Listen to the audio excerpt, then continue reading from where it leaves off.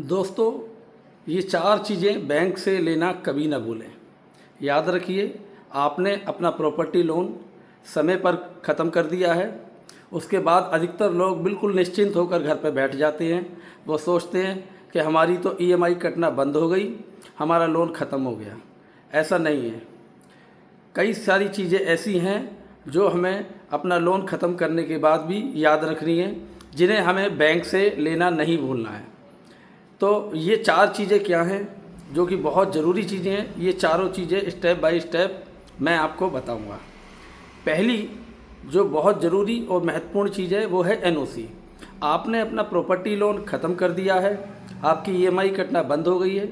आप बैंक के पास जाइए और अपना नो ड्यूज सर्टिफिकेट लीजिए। वह एक लीगल डॉक्यूमेंट है जो बताता है कि आपने बैंक को पूरा पैसा दे दिया है और बैंक के जो रिकॉर्ड होते हैं उनमें आपका लोन ख़त्म हो चुका है।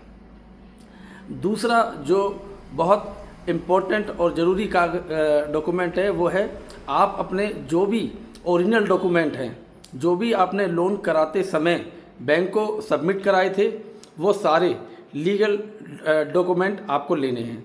उसमें आपकी रजिस्ट्री आती है, आपकी रजिस्ट्री की लिंक डीड आती है, कोई मैप सबमिशन है वो, या कोई अलॉटमेंट लेटर या कोई पोजीशन लेटर आदि जो भी लीगल डॉक्यूमेंट है प्रॉपर्टी के, वो लेना ना भूलें। कई बार होता क्या है कि आपने लोन ख़त्म कर दिया और केवल बस आप अपनी प्रेजेंट की रजिस्ट्री ले आते हैं, बाकी डॉक्यूमेंट छोड़ देते हैं। ऐसा नहीं, ये सारे डॉक्यूमेंट भविष्य में आपको पता नहीं कब क्या चीज़ की ज़रूरत पड़ जाए, वो आपको पड़ सकती है। तीसरा जो बहुत ही ज़रूरी चीज़ है वो है आपके जो चेक्स हैं। बैंक जो आपके जो पीडीसी चेक बोला जाता है, किसी किसी बैंक में 2 चेक लिए जाते हैं, किसी में 4, किसी में 6, किसी में 8। तो दोस्तों, अपने जो चेक हैं वो भी आप लेना ना भूलें।